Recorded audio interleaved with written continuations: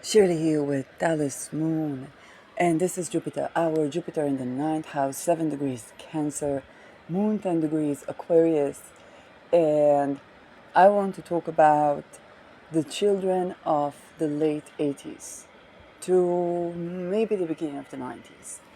And while I have been noticing people from the late 60s having this Pluto-Uranus conjunction opposing Saturn and Chiron, which goes very, very, very, very, very deep. Then I noticed that there's something around the children of the late 80s, almost to the beginning of the 90s. And this is you folks have Saturn, Neptune in Capricorn. So some of you were the children of the Soviet Union dissolution, but Saturn-Neptune conjunction opposing Jupiter and Chiron. This is another version of that axis.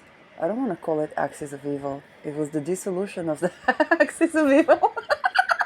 The formation and dissolution of the axis of evil. No, 63, the Berlin Wall fell, right? 63, or yes, and then the guy that made it fall fell. So this was a very challenging time to be born in, because you were basically born into a megalithic dissolution. Right now, the children that are born between 2024-5 to 2026 have the Saturn-Neptune conjunction in their charts, okay? With Ketu conjoining Rahu, which means that it's opposing Ketu, and some of them will have Mars in the opposition, but the Neptune-Saturn in Capricorn opposing Jupiter and Chiron can be an overwhelming axis that you carry in your chart. And while Jupiter is the great benefic, with Chiron, it's just increasing a certain wound that is 12 o'clock from you. So, and this is regardless of the ascendant. Okay, I was born with Venus, Mercury conjoining, opposing Pluto, and to some degree Saturn. Okay, so I called it the black hole of my chart. Anything that goes in there is going to be completely transmuted, including myself. So whenever that axis is triggered, it's very, very challenging for me. And so the character of this can cause for oscillation between ideation, utopia and dystopia,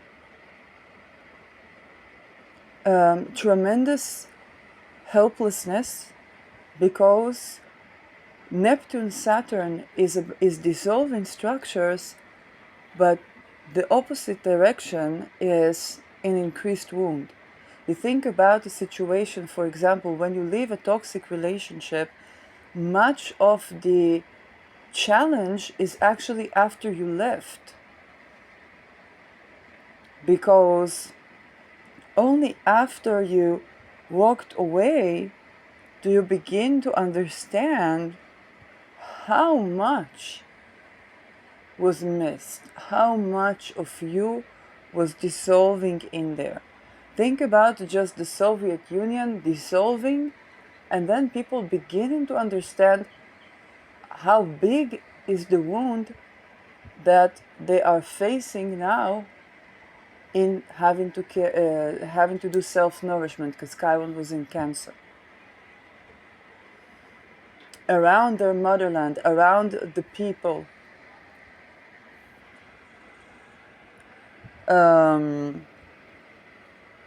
that can affect your life philosophy, that can affect your worldview, that can be a situation where if you go towards the Saturn Neptune, you are going to the dissolution of something, to the great missing, to the great void. And if you move forward, you're actually moving towards a wound around your ability to do philosophy, be optimistic, have a religious connection or a spiritual connection, and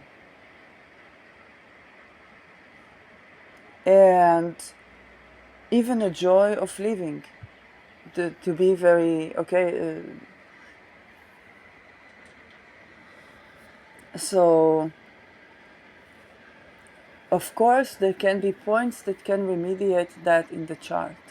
So you want to look to what is in Pisces for you, and you want to look to what is in Taurus for you, and you want to look to what is in Virgo and to what is in Scorpio. Those can be the points of remediation.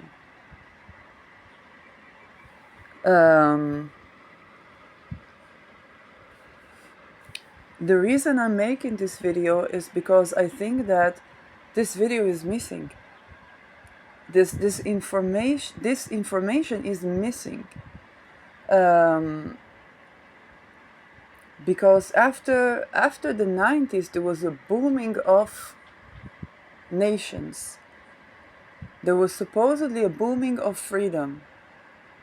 And at the aftermath of that, the children that grew, and it doesn't matter which part of the world you grew up in, those were the skies. So you were in one way or another, in one aspect or another in your life, we were affected by this. And so the children that grew at the aftermath of that is kind of like the children of the late 60s, because those were the children of the people that left the concentration camps. And so those were the children, sometimes the children of the children, depending how old were the parents, but those were the children of the folks that left the Second World War. So they had nothing to complain. They had a lot to complain. There were being experiments done on them. There was ritual abuse done on them. There were many things. And nobody thought that these children are in any way growing unhappy, or it seemed like, there's no world war. The wall is falling. The axis of evil is dissolving. Where's the problem? And with the 90s, we had the same effect. The big mother Russia was alleviating its stranglehold on the smaller nations that cried for something a bit more sovereign.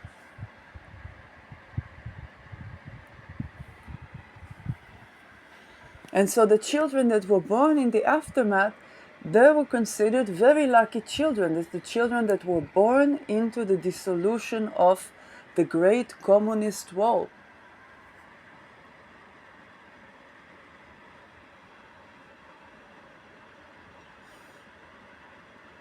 So in the chart, these children carry the timestamp of something that is a grand megalithic structure dissolving. And this is a natal. It means that you grow with a dissolution.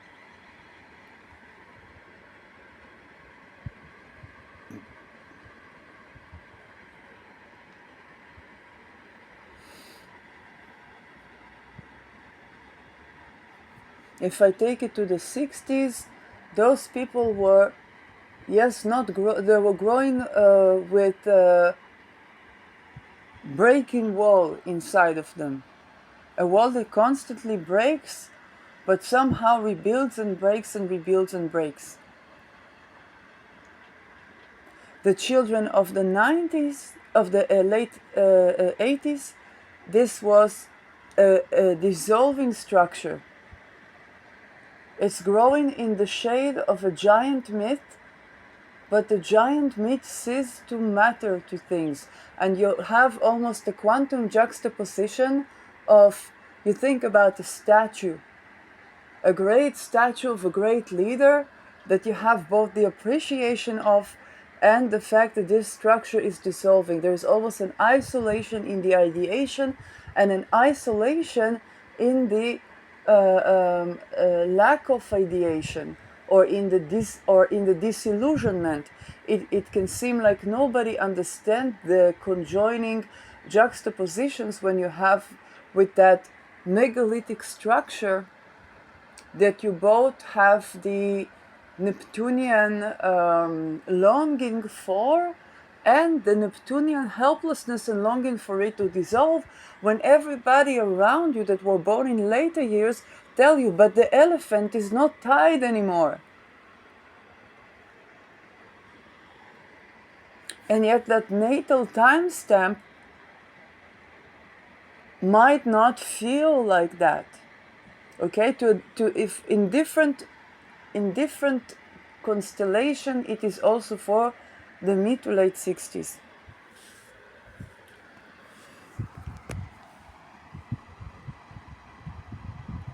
And then at the other side, there is the desire with Jupiter. Those of you that have the Jupiter already in Cancer, with Chiron in Cancer, then there is an increasing of the wound around family. There may be desire for family, desire that the family will curate all wounds, and yet by having a family, and some of you may have families, you begin to face the increased wound. Begin to face that this great Jupiter, the grand joy that you are expecting with the family, also brings tremendous wound, tremendous pain.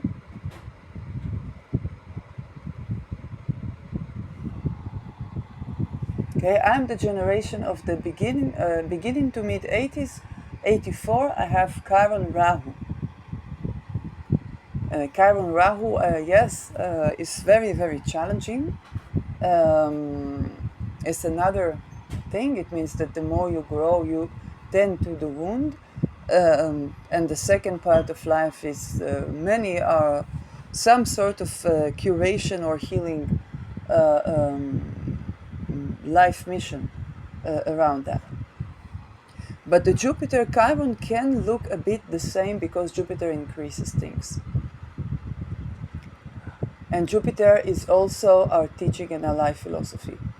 And so what very likely many of you came to do is to curate the wound around those ideation of worldviews and philosophies and beliefs in order to tend to that wound. So some of you might be particularly excellent as you grow to identify what is the wound around the belief. I have Ketu in Sagittarius, and I'm quite fantastic in that.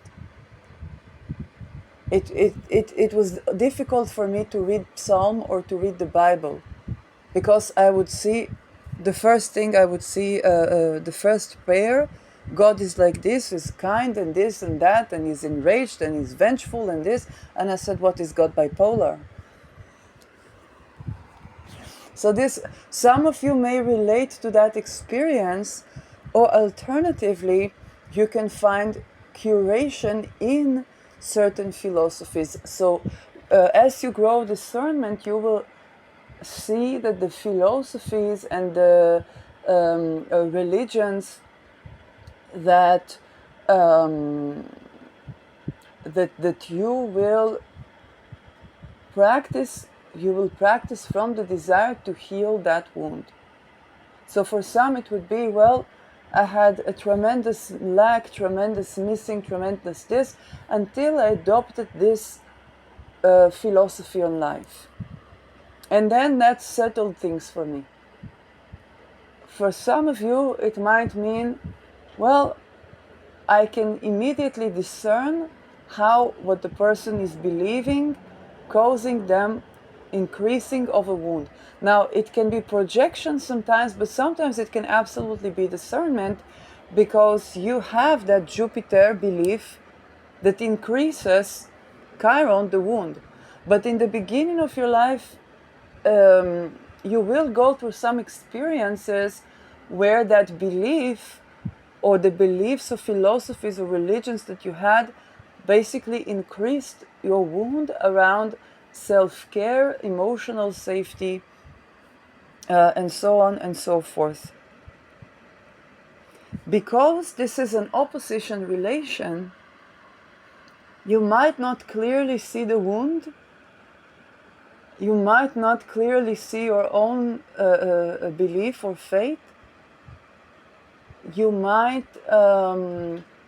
go into oscillations of ideation, of devaluation or helplessness or omnipotence around your ability to have a choice in life.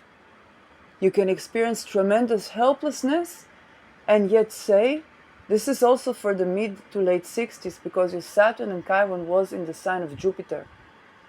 Jupiter was exalted in Cancer as well, but for most of you, some of you still in Gemini, but that Jupiter, yes, it was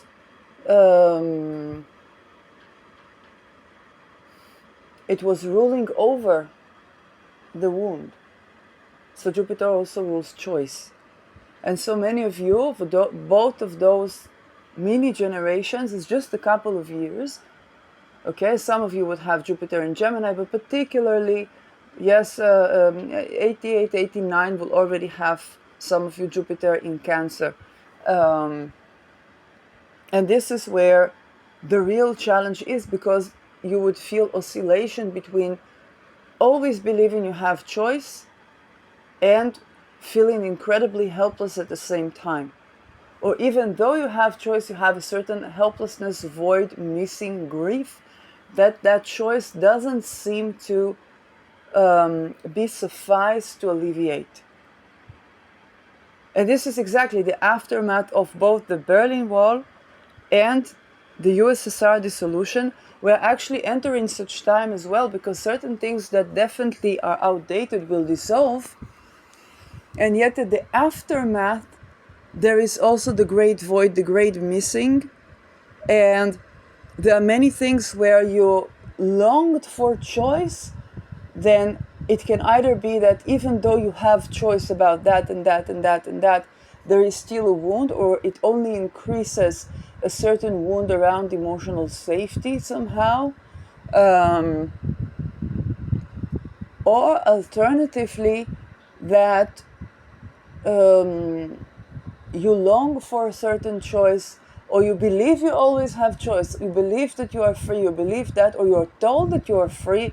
Yes, you did not grow into a Second World War, you didn't grow in Soviet Russia, so to speak, but that sense of I am free, I am free, I am free. Some of you, if you're a Mason, that can be an ongoing situation for the Masonry, because these people are, as children, raped and told that they are free. So freedom is basically something that is antithetical to existence. Now with the Saturn Neptune in the sign of brotherhoods, okay, because Mars is ruling brotherhoods, we're going to have another wave of that. And so your concept of freedom has a wound around that. You think about the fact that in China, freedom means to be satisfied with what you have. Now, there's nothing inherently wrong in that, unless you are not even allowed to have. And then they tell you that to be free is to be satisfied with that. Alternatively, in the West, you are told you are free, you are free, you are free, you are free, you are free, you are free, you are free, you are free, but never does anybody actually allow you for that freedom. They tell you of choice. You have choice. You always have choice. You have choice. You always have choice. You are free. You are free, which is a good mindset to have. To some people, it's very helpful even. Unless, no matter how much choice you have, none of the options lead to a place where you can make a life while making a living. Where you can go and study something without participating in satanic rituals at the attic of some place where many people are raped and raping others. In the West, then you stand in front of the flag and I'm free, I'm free. You go to Europe, people are like, are you from North Korea? Then you see what is happening in their country. It's like, well, I don't know, are you?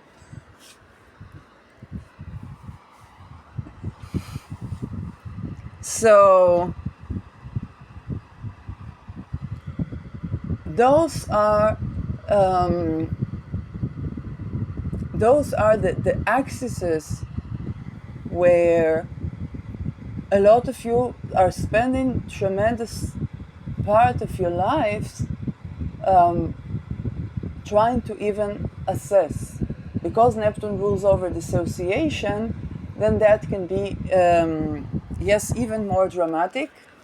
And the axis where Saturn is going to go through is squaring the natal Capricorn Cancer, which means it poses another challenge to remediating that opposition.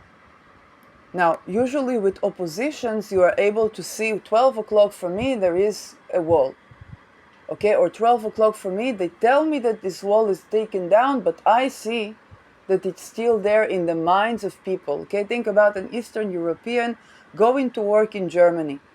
I had a friend, Eastern European, went to work in Germany. She said, yes, of course I come for a better job to work in corporation, but everybody's looking at me like I'm taking their jobs.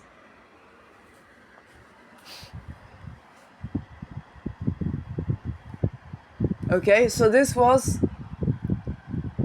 one aspect. Because the wall is fallen, but not in the minds of people. And this is, in the 90s, it would be the same, but also with the Soviet Union. The Soviet Union dissolved, but not in the minds of all people. Saturn can lead to intergenerational, but also Neptune. So some of your parents, guess if I think about the Me Too, okay? Some of the parents were like, that is too much, this went too far, feminism, it went too far, it went to this, it went to that.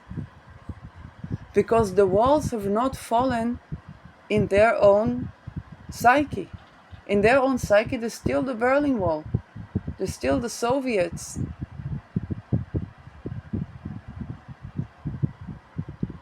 And they had a lot of stability of a situation that they no longer have when that wall is fallen. Because a lot of these women began to act like men to get something, so they have to deal now with what they did.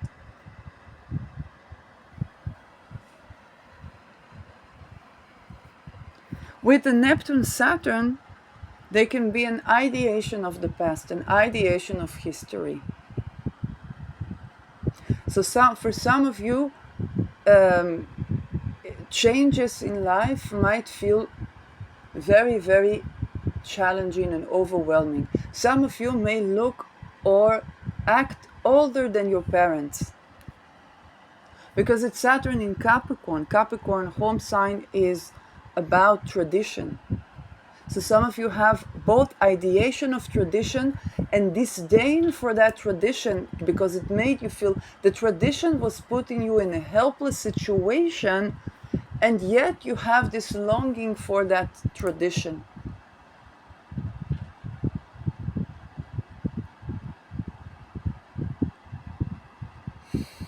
And everybody that talks to you about feeding, meeting the needs of your inner child, psychological, I don't know, improvement of this, of that. If you go to your Cancer house, okay, you immediately tackle not only a wound, but for those of you particularly 88, 89, not just a wound, but also a giant wound. Even for the other years, you'd still deal with the Chiron. Jupiter makes it even bigger. It's exalted, but it makes it even bigger. So some of you may go, oh, I want to have a family. I want to have this. You have a family, and then you are meeting your wound in the eyes of your children and in the eyes of your spouse.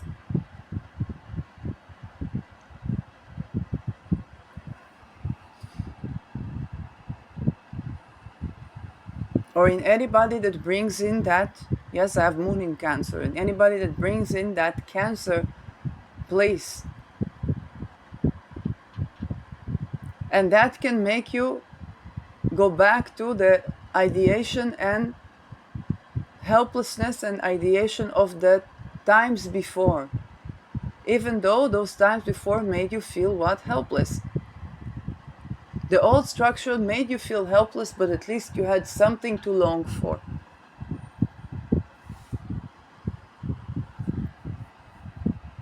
Now, let's take a look at the remediation. So first, Pisces. Pisces can be about a place where, if your Pisces house is well placed, you want to be cautious, because the Pisces house you can do a little bit more dark than it usually is, which usually can be very dark as well, but also very light. But the Pisces can bring music, artistic expression,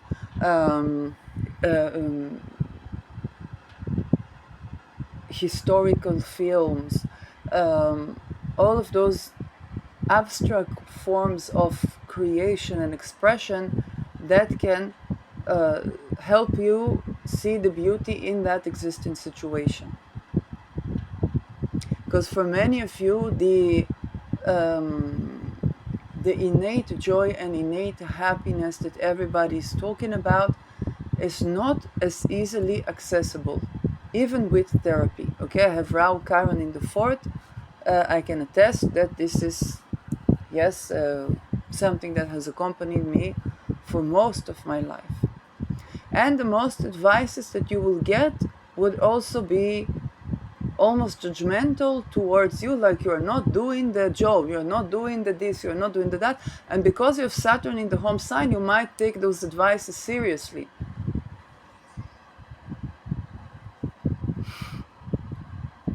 Yes, so because you tend to ideate, not being tender with yourself. That's the point.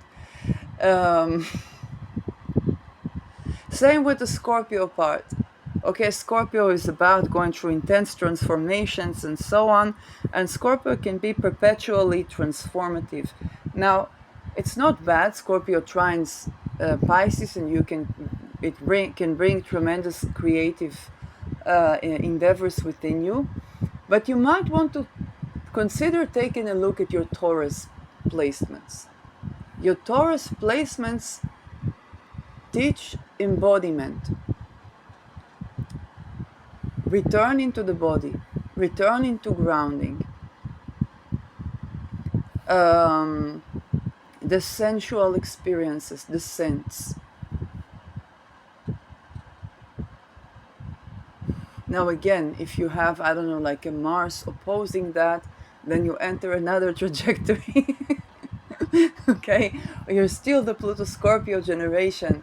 But again, the Virgo has an adaptability. So the Virgo placement can help you to try and see what other ways you can have to remediate, what other perspectives, what if you tweak and change that little detail, if it becomes yes, more easy to sustain. Okay, at the same time, it's also about both acceptance that there's a reason why you're the way you are, And that reason is to do with your mini generation. And this is also the children of the aftermath of the wars. Because those are the children where their parents grew up to such conditions, or maybe not the parents or the generation before them grew up to such conditions where they were considered the lucky ones. And also, often the crimes that went about these children go untended to for years. Because they always try to create the next generation of mind-controlled children.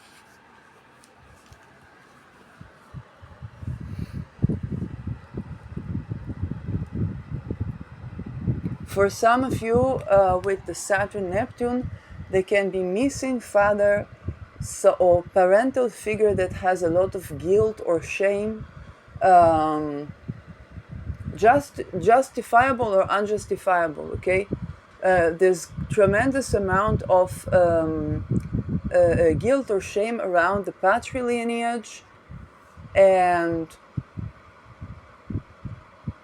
tremendous amount of wounding with the matrilineage, because it's Chiron in Cancer. So you kind of feel like you got it from both sides, but everybody thinks that you are the children that were born into freedom. You were born into the dissolution of all the oppressive structures, but you carry the timestamp of it's about to dissolve, but not yet. And just as it is going to dissolve, which means your Saturn return, your Saturn maturation, your Neptune square, which is going to be in your 40s, it feels like, again, all those things are being dredged up. So again, the point of this video, yes, is not magic solution, but rather to acknowledge the challenges of those generations, the challenges of those mini generations, and the points of interferences that are no magic curation.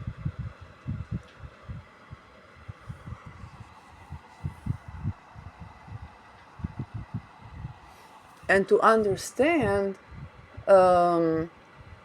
also, not only for those generations, but for the upcoming generation with Saturn, Neptune, okay, Rahu conjoining, that means Saturn, Neptune opposing Ketu, is going to be a people that are going to climax, they're going to dissolve, they're going to the grand dissolution of something, of a megalithic structure that is outdated.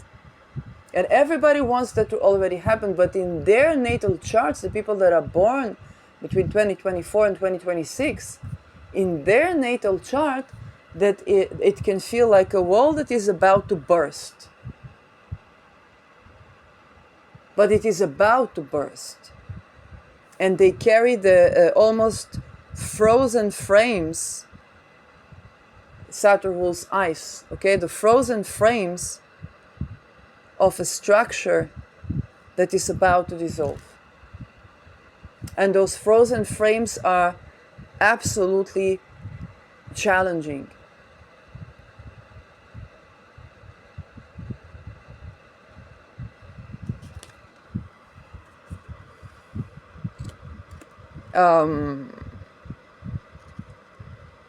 The helplessness before the dissolution, what feels like something that is giant and overwhelming, is poof. And also the fears, because Saturn rules fear. They can be mythical fears, and facing those mythical fears.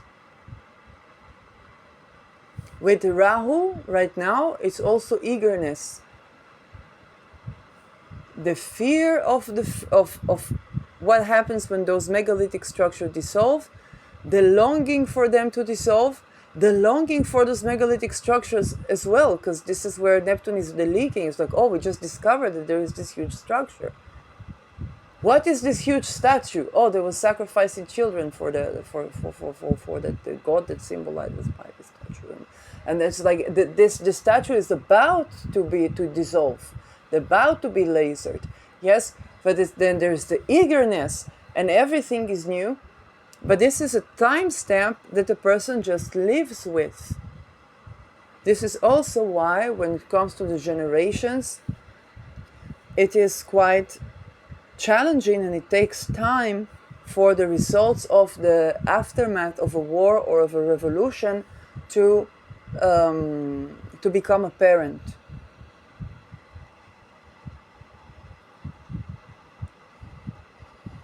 Whether it's the understanding of entire generations that the elephant is not tied yet, but in their experience and in their natal charts it is, and there can be alleviating factors to that,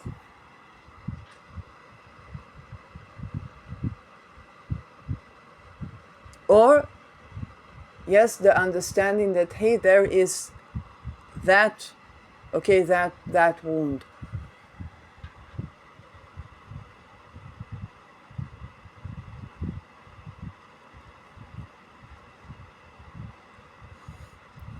Now, for the generations around them, it can be frustrating because these are people that represent sometimes something that is both outdated and about to dissolve.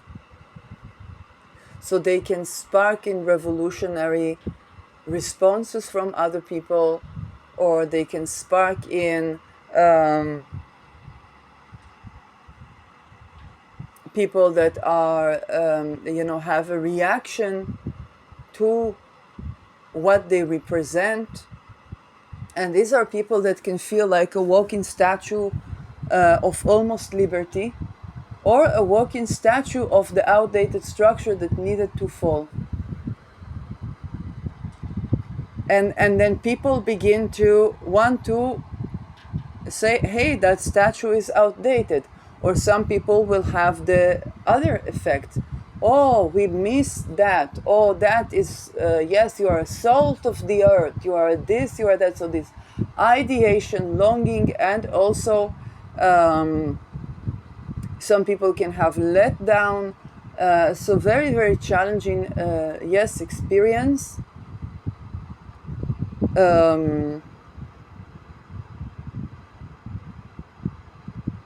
Very, very challenging life experience. But again, the remediation is coming from adaptability, tweaking the little details. For some people, a little with the Virgo, if they phrase themselves differently, they can be more understood.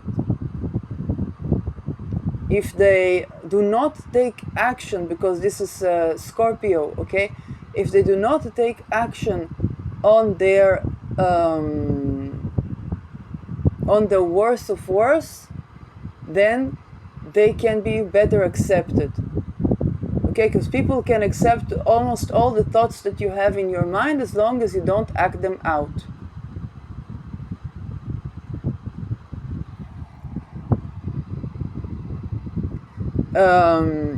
When they reconnect with the sense of embodiment or bodily pleasure, that can perhaps connect them with a situation where they can better address the Chiron wound. Because it's not just in philosophy and belief, but also in senses and touch. And then they can have a sensual understanding of the different reality. Let's say in Soviet Russia, okay? There was only transactional relationships, sex was no good, and so on and so forth. And then as they begin to learn embodiment and learn sensuality, they see, oh, but that is actually important to conception, and that is actually important to upbringing. So my parents didn't have that type of intelligence. I am the generation that can, okay, dissolve those megalithic structure and bring upon an embodiment. Okay, so there can be great hope. With the Pisces,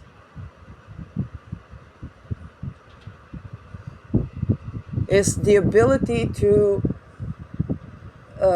also with Pisces, they might want to tend to their feet.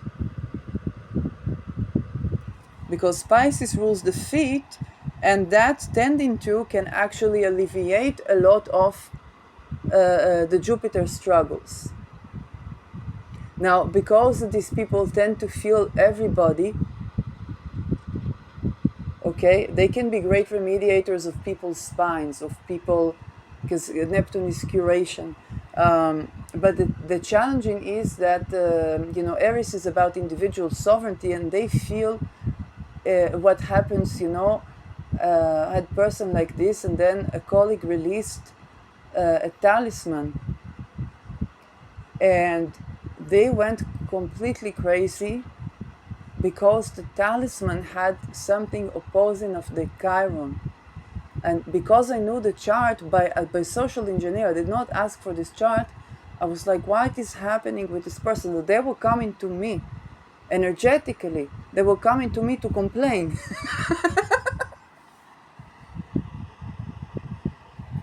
What happened? What happened? What happened? I was like, oh yes, that release. I did not make this talisman. This talisman is from in United States. I'm in Israel. They in Europe. Okay, so this is like, yes, that was opposing the Chiron. At least something very joyous, like a Leo talisman, a this, a that. That person almost energy clinging to me, and a tremendous hurt and pain and so on and so forth.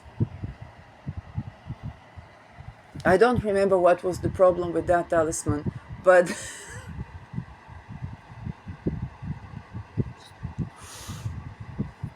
yes, but that was bringing in the Leo part. So yes, the solar part. So this can be very, very sensitive, and so it can be challenging to find a remediation, because they're so affected by what is happening, and because of Saturn they need to take things slow.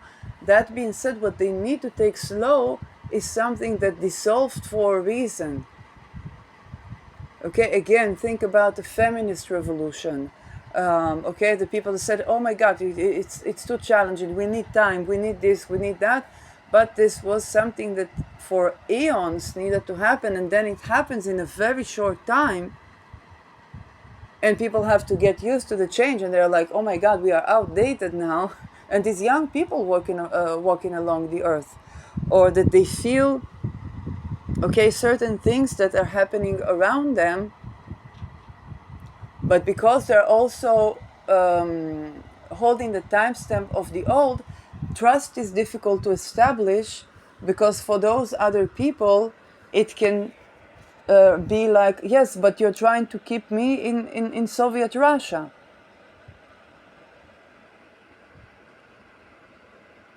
You tell me easy with this or easy with that, but you're trying to keep me in Soviet Russia. Now, sometimes your surroundings would need to listen to you and to slow down, and sometimes it's not something that can be slowed down anymore, because that for them would mean that they would, if they had a point to unalive themselves, then they would do that. And Saturn also rules death, and Neptune, yes, mass death.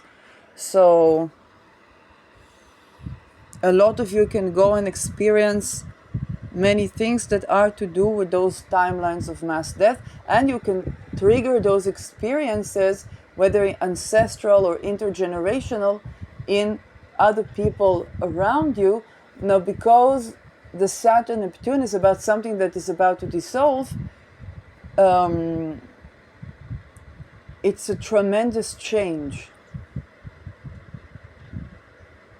So you think about a person running into you. Yes, if I think about the axis of the mid to late 60s, I ran into one of these people I ran into. Things came up from times I was supposed to be kidnapped to Petering, that of person that they very likely knew, the guy that ran the Petering. And since childhood, many things coming to the forefront that I wasn't aware of. and Saturn rules structure. And how, for example, me aligning, I don't know, my toes or tending to my spine is connected to those timelines, because Saturn rules time. So those are exactly the people that are going to be both bothered by the posture that needs to be aligned, the little details, okay, the late 60s, because Virgo rules details, or that tiny details need to be fixed, or that need to be fixed, that need to be aligned. And at the same time, when the other person begins to tend to that, they also feel overwhelmed.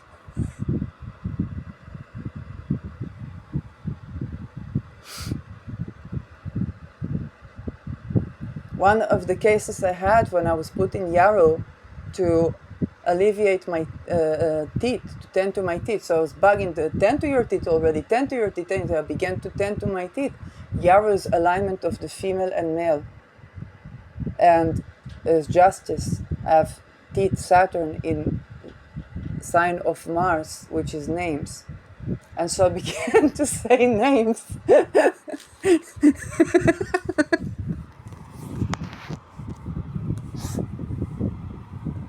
So, and they addressed it, they wanted to wipe it out because it was a stamp from the name that doesn't come off for years. This is exactly what the problem, because Saturn is time, a congestion or something like that, that's Pluto, something needed to compose, something needed to dissolve, okay, to change, and doesn't come off, okay, and then for years this is Saturn, and then trying to treat that so that it will dissolve, okay, Mars, to do something about that. What that would mean, speaking up names. Note of a pedo ring, yes, calm down. Everybody's blood pressure go back to... Hopefully no casualties by this minute in the podcast. Yes, and unfortunately this was also their name.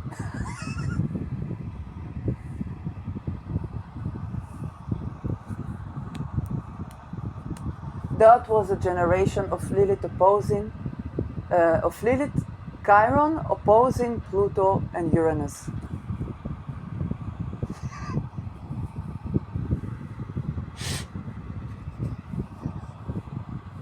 Now you go back to the 65, 67, and you get it all together now.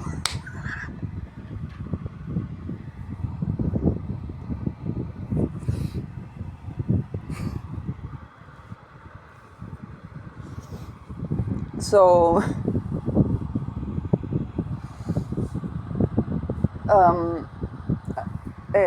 again, this is the type of video that I know, and I said it now. Oh, this is also important. Many of you of those mini generations, you can have the conjoining of not being able to stop listening or to stop consuming information or data. At the same time, understanding that you need to be tender with yourself. I also had it for a while when Pluto was going over my Neptune. I had to learn how to take time for me, but the thing is that when you try to take time for you, then you have to deal with the you-ness, that is the thing that you're trying to escape from, and not unjustly, because there's definitely so much that it holds. With Neptune, I'm going to my Neptune square, oftentimes it's about the expiration date for dissociation. And those people with the Saturn Neptune hold the timestamp of the expiration date for dissociation. Now, Uranus rules space and astrology. It holds a little bit of detachment, and I hope that using astrology brings a little bit of air and a little bit of detachment that can allow us to process that intermediary time of the dissolution of experiences. So the juxtaposition of tremendous despair and tremendous hopes. And many of you perhaps have even been on the brink of despair, and then saw that, hey, but there is something to move forward to.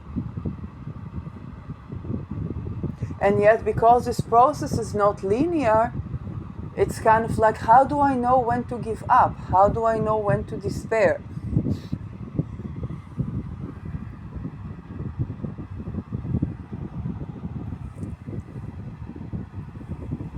Or how do I know when to keep on? So most of the advice, even psychological, that you will be given in your life, whether it's about success, whether even it's about life termination, what works for others might not work for you.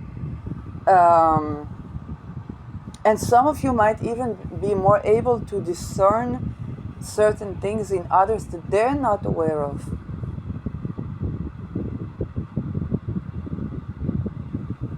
And then it's always the question, when is that projection, when is that actual discernment? And because it is so deep, because Neptune is almost to the mystery of things, then it can run so deep that it's both isolating to try to bring that into awareness. You're both affected by this, and if you try to bring that into awareness, it might both need adjustment, because for that other person doesn't experience it quite as well, and those details can matter a lot. And at the same time, what is relevant is difficult to be received, because they are still going through dissociation, or they're just dissolving another type of dissociation.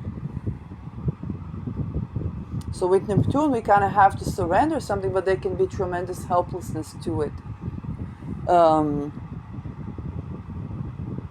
Yes, I felt that with the Saturn-Neptune, it's Saturn day, that this is a much needed